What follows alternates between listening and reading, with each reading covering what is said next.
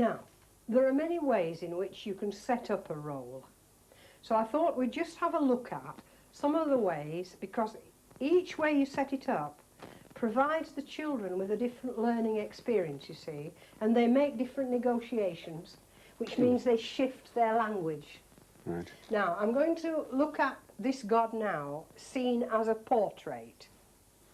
So I've asked Derek if he'll stand with his back to the wall. It's terribly important if you set something up as a portrait, someone I should say, children can't walk around the back of them because they immediately then destroy for themselves the whole thing. Now you consider all the paintings you've ever heard of or seen in the world and look at the gifts a portrait example will give you. You see, behind him, should the children choose to use him as a portrait in the wind pavilion, we can place information about him. You think of all the paintings you've seen of people, but in the background, how much information. So we can get the sense of the Greek island in a portrait very swiftly. We can see something of his origins. We can even place Poseidon, the god, in a small cutout as the father of this large son who is at once his slave. So you see, there's all this evidence of possibility by setting him up as a portrait. Now, for the children to activate a portrait, they can only learn from Aiolos what he has been painted in about. If he has been painted to have such a face, this is what he knows of his face. The portrait cannot change his appearance because the artist gave it to him. So you must not discuss him as if he can be 1 minute floating about, you know, like a pale wraith. The painter didn't give him that capacity.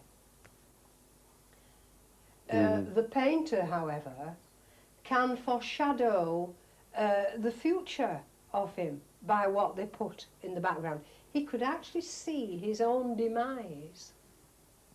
The painter could have, a modern painter could have painted him and put the Beaufort scale in at this side. Now, what frame of reference would we create then for children to come and look at a portrait of Aiolos? Now, can you see a teaching use of a portrait? We're talking about using the portrait as a role, in a sense, for them. And they can waken the role. They can ask the role to step from the portrait. But when he steps from the portrait, he only knows what he can have in the picture.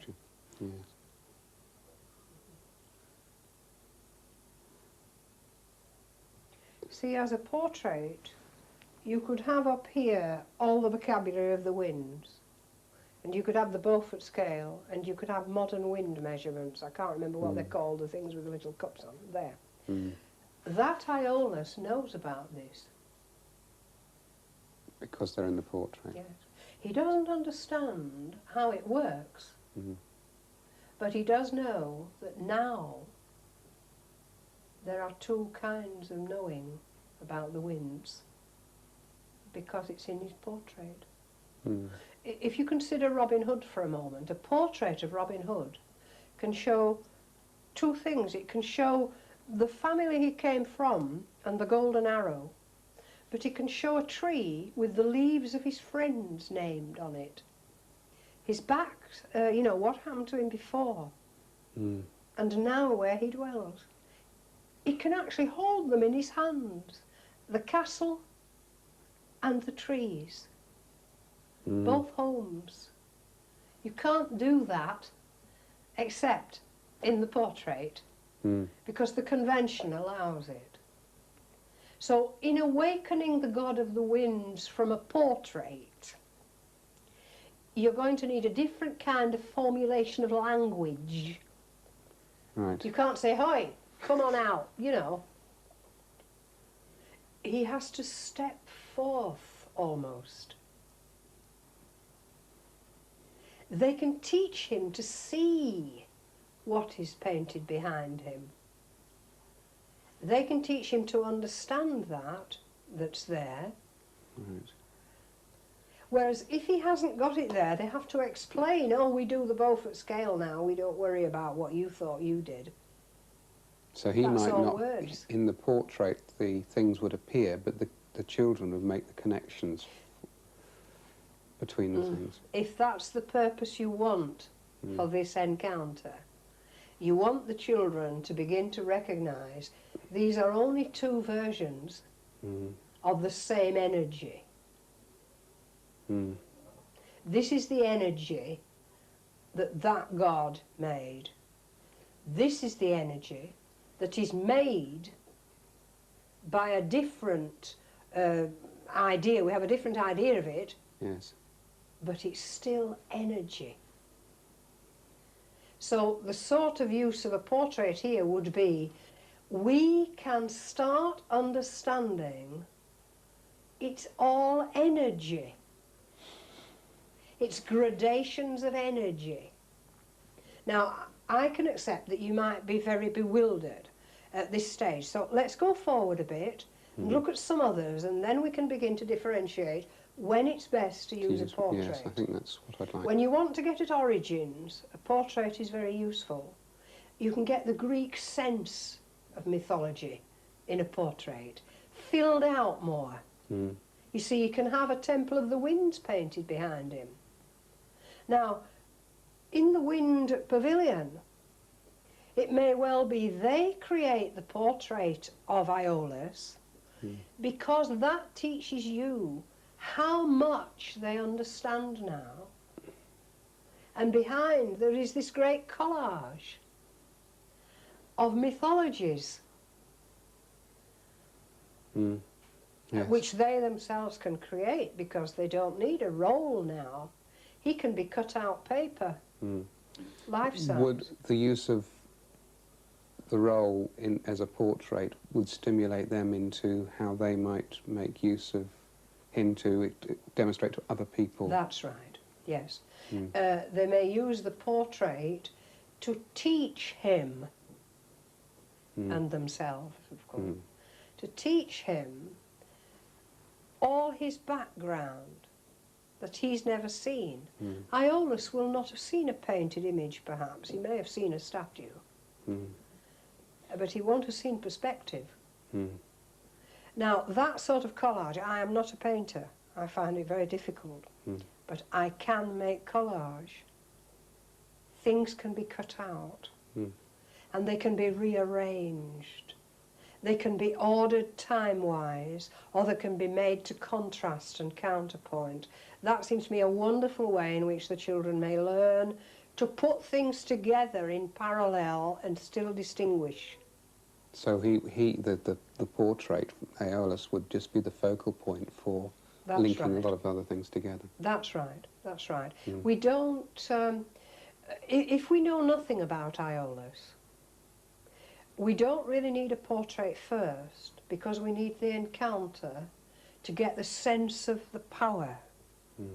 The second time we meet him, it might be quite useful as a portrait, because there's all the background. Now, if you happen to have colleagues in high schools who have students who are looking at mythology, and I don't know if you would know anybody, but you can ask, you may well find you've got some students who could help make that collage and come in with your class. Yes. We don't do enough of this, and I know it takes organisation, and I know it's very difficult. But it's a point where I think we could get much more together on supporting one another, because you give the high school students a purpose in what they're doing. Now let's have a look at Aiolos as if he were carved in effigy. Could you lie down, Derek? Let's give you something. There's a cloth there, and you can make a pillow for his head just to give him a bit of comfort. There's a dark green cloth he can just lie on. Try your head there, and just. We only need to you know, just... Again, we're looking at the notion of integrity and internal coherence. Now you just bundle all that lot up and make him a bit of a pillow. I've got a... It's very hard to lie down a long time on a... Where do you want the head? Let's put his head over there. Put my coat and cardigan to just fill it out a bit. Now I'm not suggesting necessarily that the green is right, but it's what we have to do. So, do you need a bit of help to lie down? If you can hold that yes, first that's for me. right.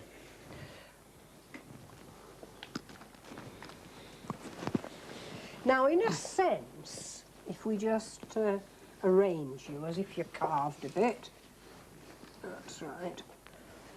Aiolos with boots. You lie down and we'll organise you. Yes, you can trust us to organise you. Carve them. Because, you see, you have to particularly protect people when they're lying down. And I think we'll place the mask there. Are you comfortable enough to just stay while we talk?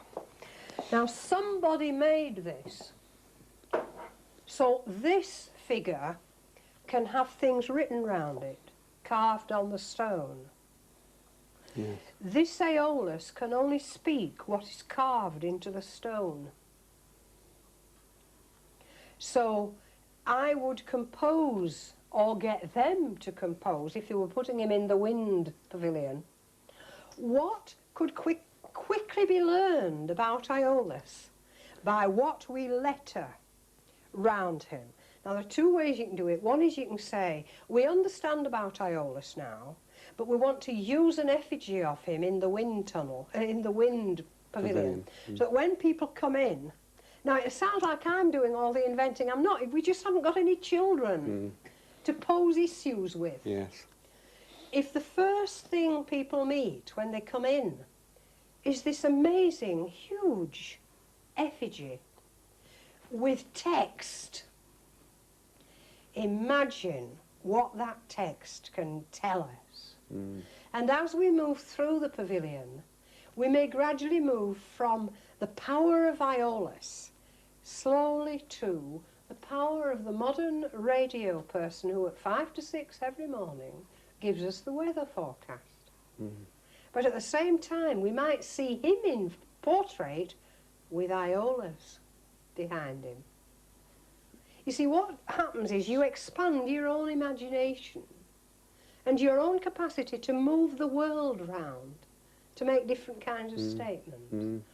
Now, if we take the sort of simple statement of what and who is Aiolos, what can he do, and what sort of portentous tone can we put round, you can prepare it in advance if you want the children to penetrate it and decipher what it means.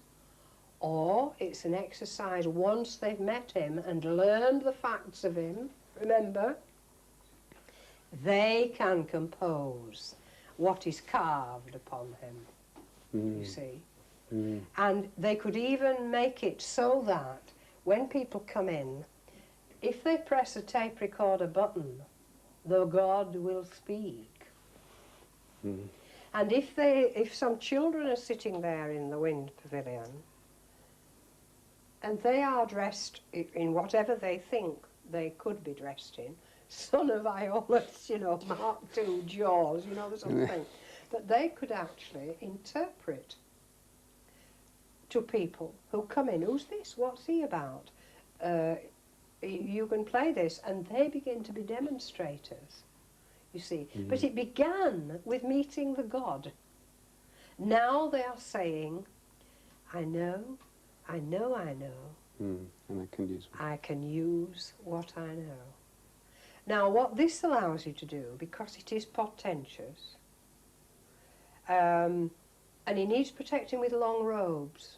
Usually the effigy does need a sort of submersion of personal shape. It's quite useful, is that? It's a protection. And people don't tread on it so near. You see, you can spread him out more and give him a bit more territory.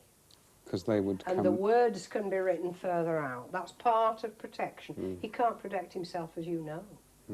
That mask must never be picked up or touched. And you may have to set that as a contract. This gentleman is lending his time to present this for us to consider. Now you see, that which is carved, you can make him godlike by the names you place round him. Aiolos, supposed son of Poseidon. Don't start saying they'll never be able to read it. They will read it. And then it's the business of, well, who are they at this point? Why are they coming in to meet this effigy? What is the purpose they want to get out of it? You are not saying, I am a magician, I produce these amazing things, come and do this. What you're saying is, for this, I want them to discuss the whole business of language and how we could present this idea to some other people. Because always at the end of your work is the presentation. So this is further down the line from meeting the god and talking with the god. Yes. You're into much more into what we're going to do. I would say you're into this third level possibly. However, they could work at the first level provided they are prepared to tackle the writing and awaken the god to help them understand it. So, supposed son of Poseidon, you better make a note of things we'll need to find out. Now, of course, he can only know, and this really limits, not limits, but disciplines the role. The role is not free. I mean, I think you know enough about that. I've learnt that one, yes. When he wakes, he can't really sit up, because, you know, it looks like the tomb is wakening up, sort of thing. We're into Stanley Spencer, you know, and everybody climbing out of the graves. What he can do, however, is give a signal by putting his mask upon his face, that he has moved and will speak. I am here, the stone may speak. Aiolos, let's just see what voice Derek finds. Aiolos, will you wake so that we may speak with you? Now let's see what he does. Now you see, he's got to time this. If he's too slow, they'll get bored. If he's too scary, they'll giggle. It's quite delicate. Only he will know by listening carefully. He hasn't been asleep all this time you've been bringing the kids in. He's been hearing what he can do most usefully. Now, you can help him not to get them laughing. Now, can you hear yourself helping them understand something of what he's trying to do? Now, the sort of instinct I might have is, it's almost like the stone breathing. Aiolos, do you hear us? I am here. Just wondering what it was what was it, that first question we wanted to ask? Oh yes, it was that, I'm inventing a class. Yes.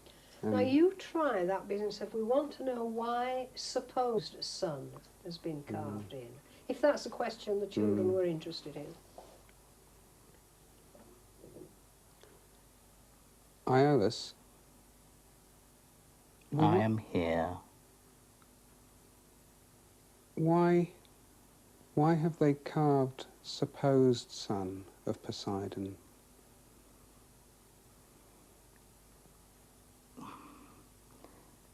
There was much trouble in my family. Now you don't need to say any more. That resonates. Do you hear it? Trouble in the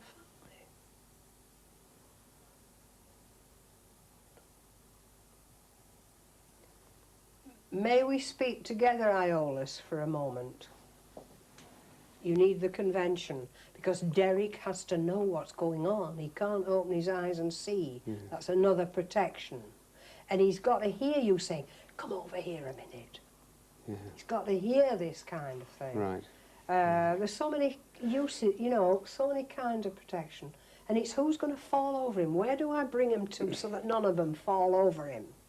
Because if they fall over him, you've destroyed something before it was made. And people think, well, it doesn't much matter.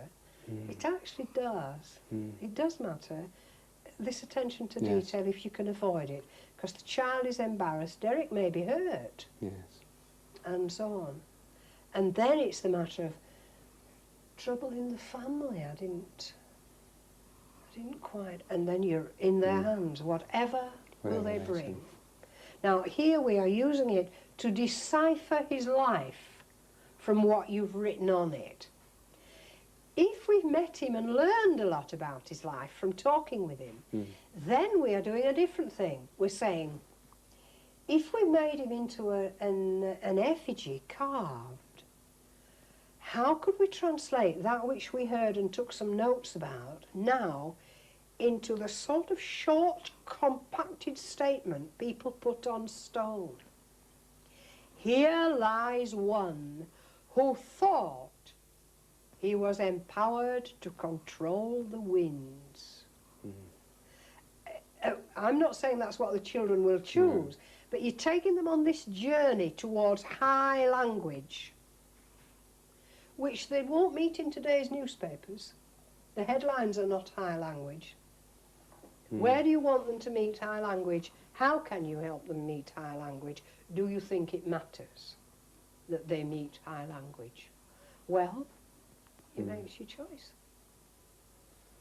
Now let's try him in another way. Thank you, Derek. You may rise, and let's have another look. Now then, if we make him sculptured as a statue,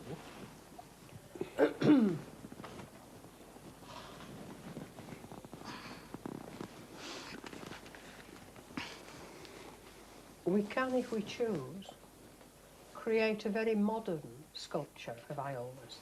What we can't do is strip him down like Aiolos. It's too big a shock for small children to meet a naked body. Now, I have used an almost naked body with severely handicapped grown-up people. They have met gods like that because they are not plussed by such problems. But small children could be. However, how might we meet Aiolos so that the children would recognise that God's upset about something? Somebody's carved him that says, we don't need you, we've got modern weather forecasting. Now, you just think about how you can create a destroyed Aiolos who has lost his worth, his self-worth. So this encounter will be, but we do need you. We do need myth. The world needs myth. Now that is very high order stuff. Yes. You're right up here. Right, you make him. Derek will be as clay in your hands. That's all right. I think he needs to have less of a... He needs to shrink a bit. Shrink yourself, Derek. Yes. And... Remember, you'll have to not stand too a much. long time. Yeah, but with an upturned face, perhaps. Now, do you know where you're getting this from? You're getting this from all the deep understanding of living you've had, and so can the kids do. Yes. Would the kids do this? Well, they may do, but in this case, we're doing it for them. Yes, I mean, they could do it. Yes, because what they're going to do is convince this myth god that he does have value today. Yes. He can have self-worth, even though we've got these little instruments and the Beaufort scale. And perhaps we'll have that more like that. You know, something just losing. Don't look at me, mate. I'm That's right. You're just glancing I'm my just, way. That's right. Yes. something like that, which is that I can appeal to. I can say, you know, you don't need to, because there's more defence. He's more defenceless. Less. That's right. And of course, you've downturned. Yes. You're actually following a very classic understanding that our bodies know, that dancers know, you know, that you must go closer to the earth in terms of actually what you're doing, though I don't want to go into a long lecture about this at the moment. He is using bound flow. Whenever you go into the negative aspects of humanity, in this case, God, the bound flow keeps the energy in. And the instinct, you see, is to go inwards. Yes. The mask is going in. Look how his hands are going in. Now, the problem is you can't get him to stand like that 2 hours. No. It's too difficult. So you now have to find a comfort level for him. He doesn't have to go through any pain barriers. Now, So can I get him down on his knees, perhaps? Would that be more comfortable? He's your God. Can you get into that position and a comfortable? And he can guide you as to what he can cope with. Could you take a series of quick instamatic photographs of this, of a difficult position, so that the kids can look at it? You could if you wanted. But in this case, it's simpler than that at this point. At this point, yes, Yes. yes, yes. But if they wanted to put that in the wind chamber, the wind pavilion, to show through the ages how these gods become neglected. Statues become broken, we forget they were painted, we don't want to know, they don't look like you'd have them in your living room, who needs them, they're only old stones. It is we as we walk through the world that give life to the objects we find. Yes. And that is an important thing you can help children understand, of course, if you want to. So set him up where you feel he's comfortable. Yes, I mean, it might be more comfortable for you to even lean back a bit, is it, Derek, on your legs? Or you so could even give him a chair to lean back on. Yeah, something like You've got to give him some feedback as to how I'm okay. you could hold it. Yes, You leaning could back hold on. I mean, it, yes, the thing yes. about this that's appealing now is that for children, they will almost be above him. That's right. Yes. Exactly. Yes. That's very sensitive of you. Um, Very sensitive. and Also, maybe you... I was going to say, the tenderness of children, once the vocabulary of tenderness is reawakened, because it's always there, it needs reawakening, they can raise him. I've seen children do some amazing things. Yes. Once they feel they can touch him, and don't forget what a big barrier that is for them. Just let him lean on a chair a little bit, just for now. And we'll look at the frame of reference. In this case, the people understand a lot about myth. They've done a fair amount of study. There's no point in meeting the god of the winds looking like that, you know, if he's got a bad stomach or whatever, to reduce it. Or this is a high skill, to take big things and reduce them, to be flippant with them and go straight back. It's a very good skill to have. To see, oh, well, it's only such and such, you know. It's only his rheumatism, you know. Made too many storms, it got wet too long, that sort of thing. Now then, we are meeting him, and we know we are meeting an Aiolos who we have to decide is worthy to have self-worth again. And he cannot gain it until we convince him. So you see, your negotiations here are, my instinct would be to keep them a long way off him at first, so they have time to look at him. Now, you've got a problem because his eyes are not covered, so he has to have a way of seeing unseeing. He must never catch the eyes of people, and they must never feel that he did. Even if they glance right in, the eyes are not seeing back, because that's a protection for him, you see. If he sees them and they see him, they may be destroyed. They can't deal with it. Yes. And so we are coming specifically armed with reassurances that the world needs you. Now, one of the reassurances we can bring is modern filmmakers are capable now of making the winds like you used to do. It's modern technology that makes it possible to do what you did. Yes. So they may well at this point, so that we can say, well, now who could we be that would even be bothered?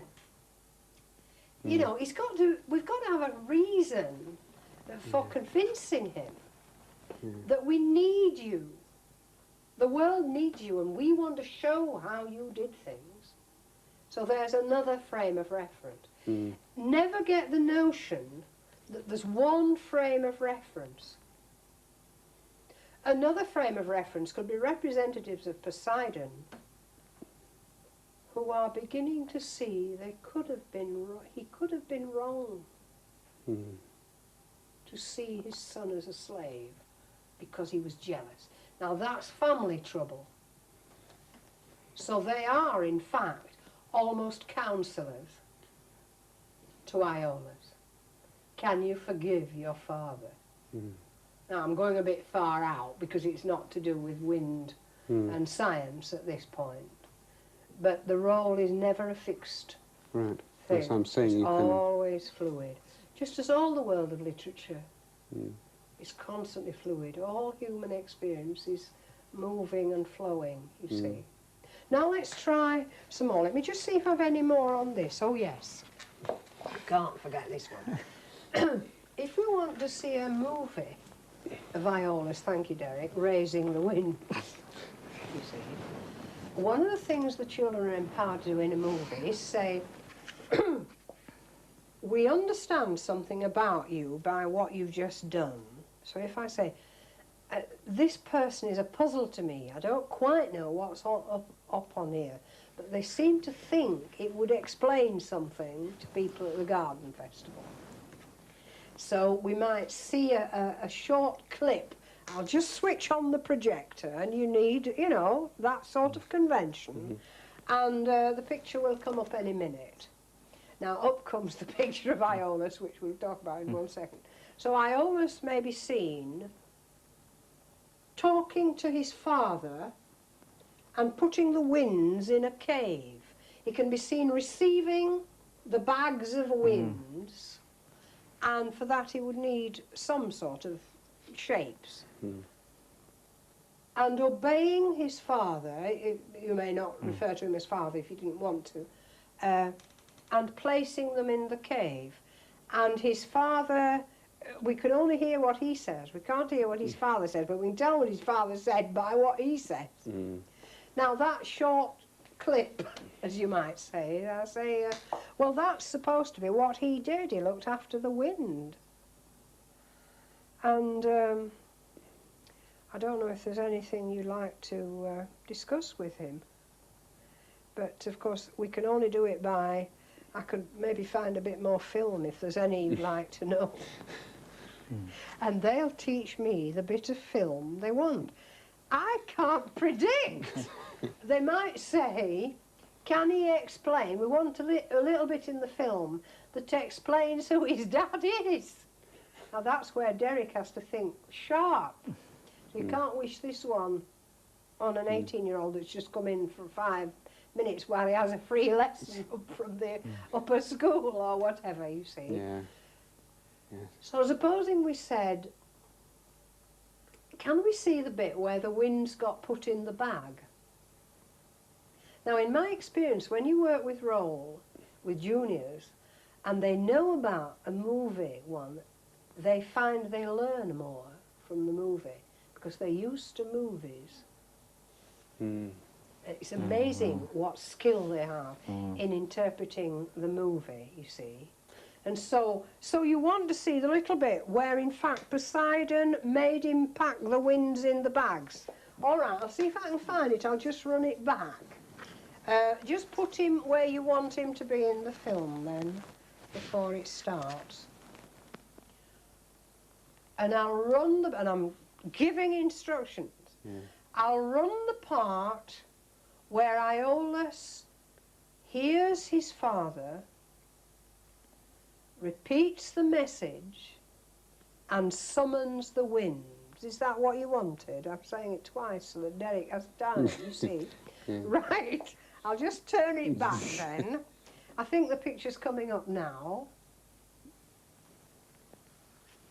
Now he's doing his best. He's only got one hand.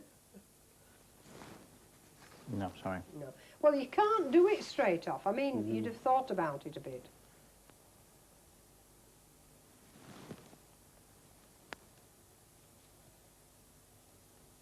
Now, if there's anything you don't understand about it, I can stop it, you know, and we can make him do it again. You can do that with film. You can go back. I'll run it back, and so on. Now, we can stop it there because you're struggling on there, Derek. Now, he'll need to speak at some point, but the amount of talk he does will depend on what these children sound like they need, and we haven't got them.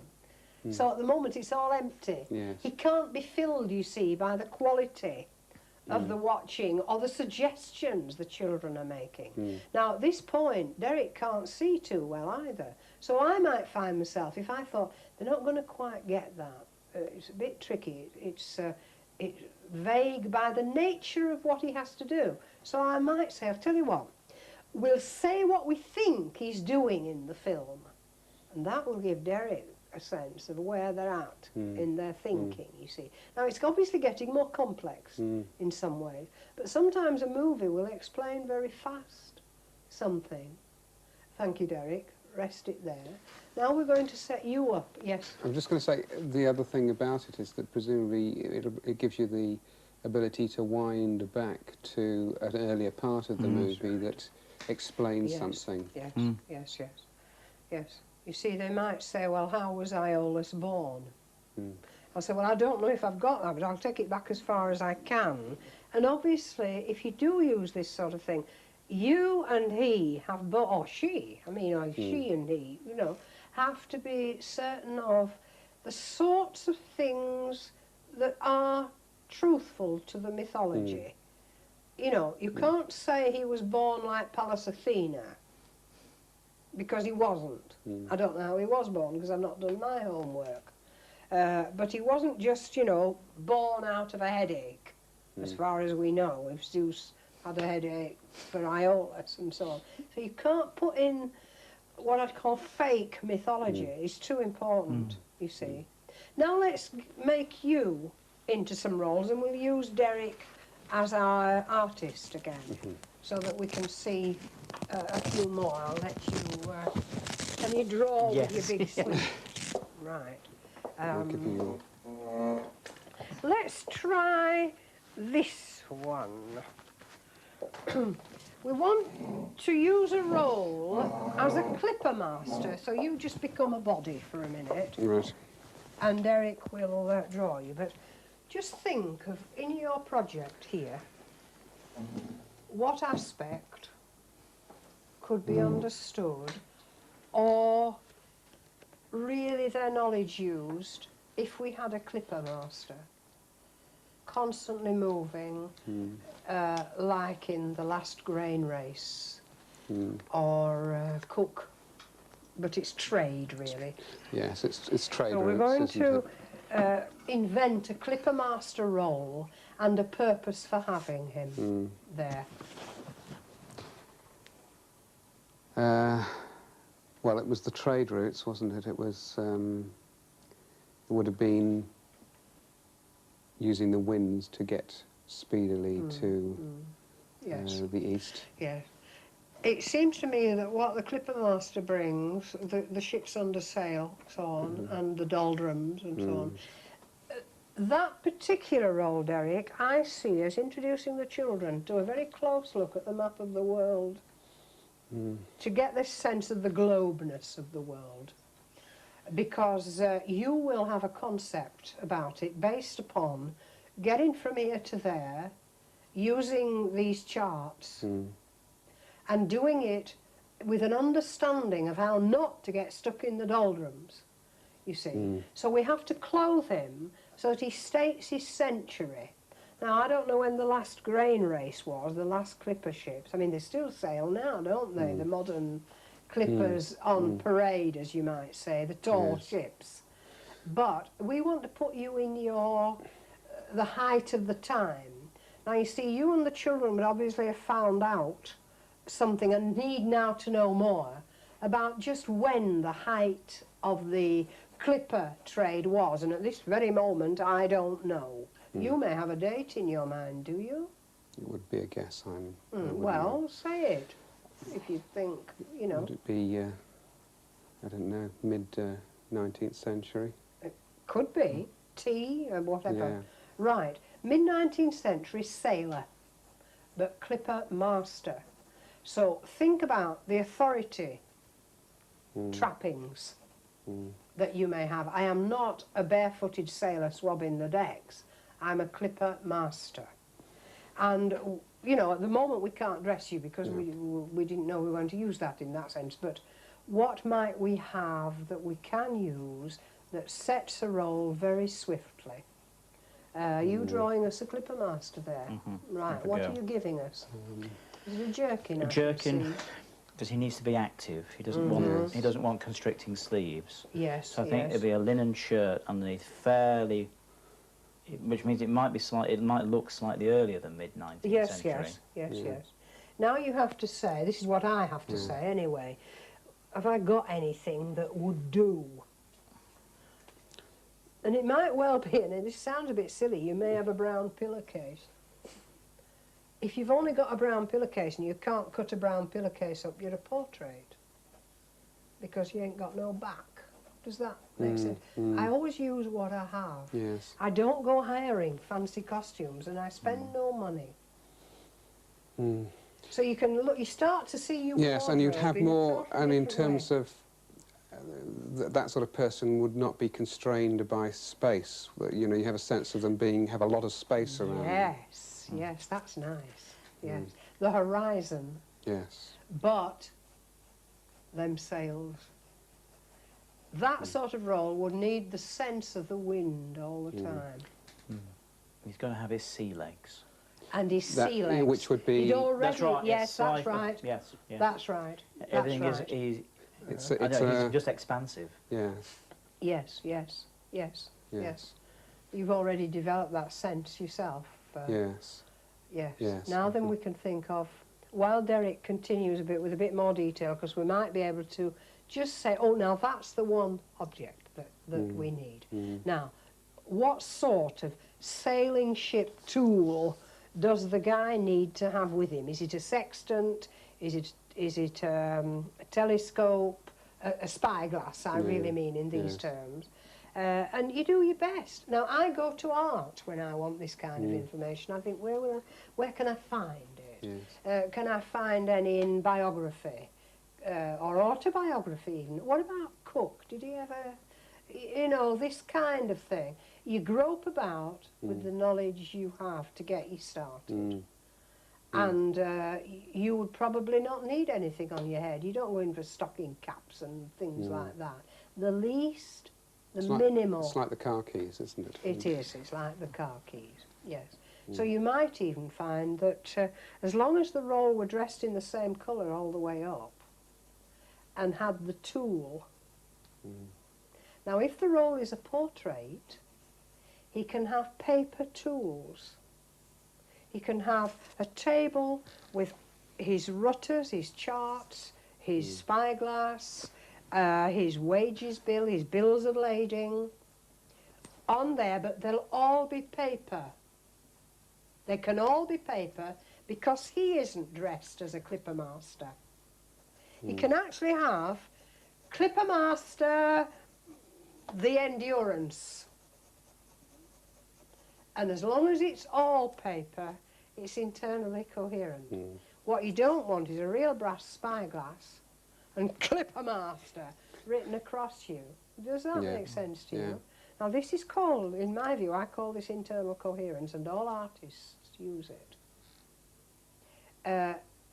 Many modern artists are mixing things very much because modern materials enable them to do it. That you can get Hockney using photocopiers in exciting ways. And he's always, artists are pushing back the barriers of what can be done, you see. They don't just have to rely on paint and canvas now. So this is constantly moving. The nature of internal coherence is constantly moving. That he might actually, I don't think I've ever seen anything like this, but he might actually have an oil painting put on a photocopy so that, you know, the two pigments are together. But for the children in this sort of work, my feeling is if you go too far out, they get confused. And so, are we getting any nearer to a clipper master here? Yes, yes, yes, yes. Sorry, can you see? So he's in leathern shoes. Yep. So your ordinary shoes without laces, if you've a pair without laces, they would do. Yes. If you were in brown, possibly. Yes. If you'd got a short-sleeved sort of jerkin, Yes. it would do. Yeah. And you'd leave your shirt collar under, if it were possible. Or wear a white one and pull it well out, you see. Yes. And again now, who might the children, what frame of mind might the children be in coming to discuss with a clipper master? Now you see, one of the bits of excitement, you know, I said in an earlier tutorial, we are not creating the circumstances where it's all deadly serious and they're going to turn out to be nice little workers for Mrs. Thatcher. We're not talking like that. We're saying, I could give them a bit of excitement. We'll sail with Cook for half a day. We'll understand trade winds. We'll get aboard and be made to go up the rigging. So you see, we come to try and get a job. There's a man with a ship and no crew. Yes. But it's about trade winds and journeys. And we've deliberately landed ourselves with this journey that we're going to be in the power of this clipper master who will bid us do things. And all the time the convention will be, we can say, stop the ship. I've learned something else about trade winds. A kid needs a notebook in a back pocket and a pencil. Hang on. And the negotiator can say, you know, if there's anything you realise that you didn't know before, and then you can be saying, when we met him, I wonder if it would be worthwhile taking people in the pavilion through such an experience to realise what happens to sailors in the doldrums with grain fermenting. How do they live? What ship's tack in the doldrums? Does that make sense to you? I feel I'm just hammering. It's another possibility, isn't it? I mean, that's what you're saying. Exactly. It's a direct way of going aboard. Yeah. So we're not always saying, oh, role is what you stand up there and they come and ask it questions. That's a wonderful example of children being able to enter into a day in the life of, as you might say. But they never forget they're there to learn something, to know they know it, and then use what they know. The more I look at this, the more I think you have a perfect coil. Does that make sense to you? Do you feel you have? I've got almost too much, really. Well, of course you have too much, but you'd have too much for a project there. I mean, there'd be going up in the upper school before you got thoroughly into that. But this way you get connections. Because the trade wind skipper can say, some sailors think it's Aiolos back again. You know, and you've made this bridge. Let's try another one. Let's try a very modern one, Ian. Ian and Derek. If we are dealing with the pollution in the forests, let's meet a forester. Because I live in Northumberland or Tyneside, I tend to think of Kielder. You may think of something else because of where you live. Let's make a forester. Now you look at your chart. What could they learn best by meeting a forester? And of course they may go out with him into the forest, but first they want to meet him. Now I've just brought, because I was interested in this one, because I like the notion of modern roles, you see. All I've got at the moment are these two.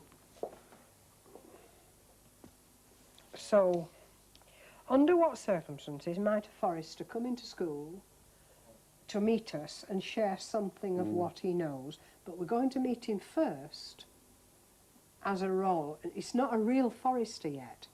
You see, if you bring in a real forester the first time, they know too much. And they can't resist being enthusiastic. And they shove everything they know at the kids. But a role doesn't. A role is restrained productively so that when you do meet a real forester, it doesn't overwhelm the kids. You know, it's like meeting real architects. They will natter on about digs and so on. So now, how shall we make a forester? So we've got somebody modern day who maybe knows about trees and pollution and... We have to indicate that he goes out.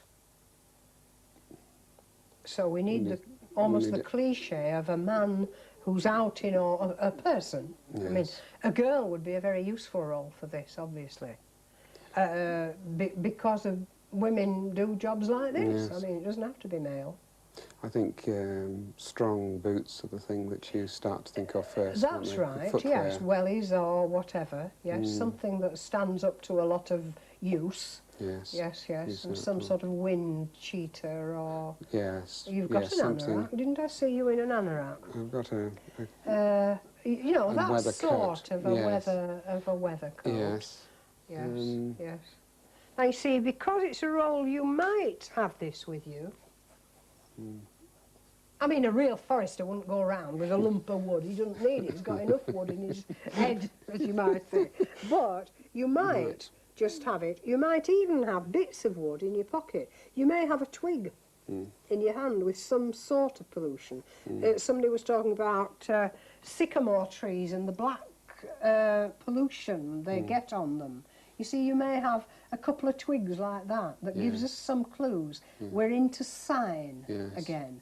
Now let's think of the framing, what they would learn in terms of your projects that they can use in their pavilion from meeting a forester.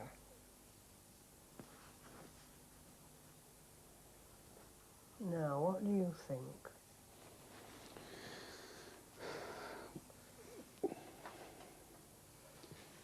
You see, at level 1, we can find out what foresters do. Yes. So we can get to know when you're in a hurry and you've got a modern watch and, you know, you've got the Land Rover outside and you're going up to Kielder and you've got your map. And they can get a lot of information of where the forests are in England without a teacher saying, now look at all the forests of Britain. And then, you see, at the second level, can we actually listen to you talking in your head as you write your report after a day, and we'll translate it into a sound tape of a day in the forest by a forester. I'm just using the old chart for Aiolos. I'm not saying it's the best one for this.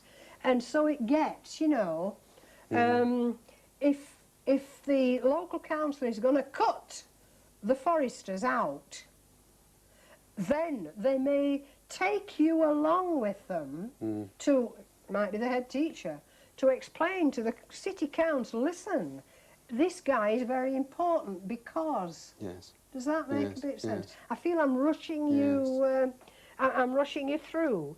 I thought of a few, you see. We've done enough anyway to see what I mean. Any role can serve your purpose. Yes.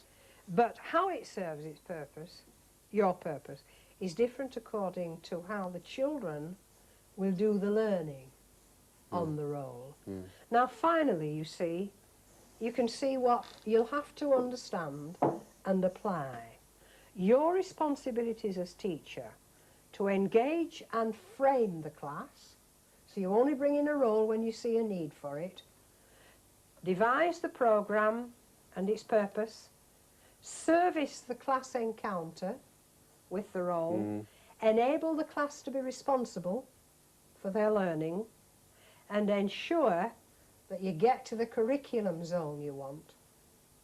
The responsibilities of the role are to sustain it, to listen to you, keep to the domain you've built in, keep the class in power and responsibility, not take it from them, and finally, listen to you. Mm. You are the guide to the role. Mm. Mm. Once again, it sounds a lot when you say it, but as you get onto it, it starts to belong. Yeah. You know, at the moment, I'm shoving it at you, you make it your own. Yes. And remember, you are safe, because you only decide to say, I wonder if I could try a role here, when you think they're ready to get the best use out of the role. Mm. You never need to introduce one if you don't feel ready. But you've travelled from, I've changed my language to empower the children to be colleagues, right through to a world comes in. I've introduced into this school building other worlds. And that's what it's about. Yes. Now, the next thing we have to do is bind this firmly into the levels of the curriculum. Because we're living in a world where that at the moment seems to be mattering. Absolutely. Yes. And that's a big problem in terms of meeting the demands that are there. Yes. But it's very exciting to see how it can develop into something that the children will really engage with. It's people like you that will prove it. It's not people like me. It's classroom teachers in the classroom that will prove it. Nobody else can do it. No, no. Right. Thank you, Derek. Thank you. We've now got a forest. Nearly. Thank you very much.